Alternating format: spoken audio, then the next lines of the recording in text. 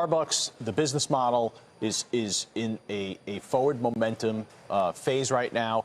I think it continues to move higher. I'm not long it. Dunkin' is my play because I want more exposure to the American consumer. But to answer your question, no, I'm not selling anything. No, I'm not. This is a really better than expected earnings season. I think that's what you have to focus on. If you're sitting here and you're investing off the trade headlines or you're trading around the trade headlines, that's a difficult place to be. I hear, Megan, a fair amount of commentary on Twitter that if you would have told me that additional tariffs were going to go into effect and you were going to have what is the worst week of the year in the market, been down every day this week, and at this moment at least, the Dow's only down 137, the S&P's not down all that much, that's a win.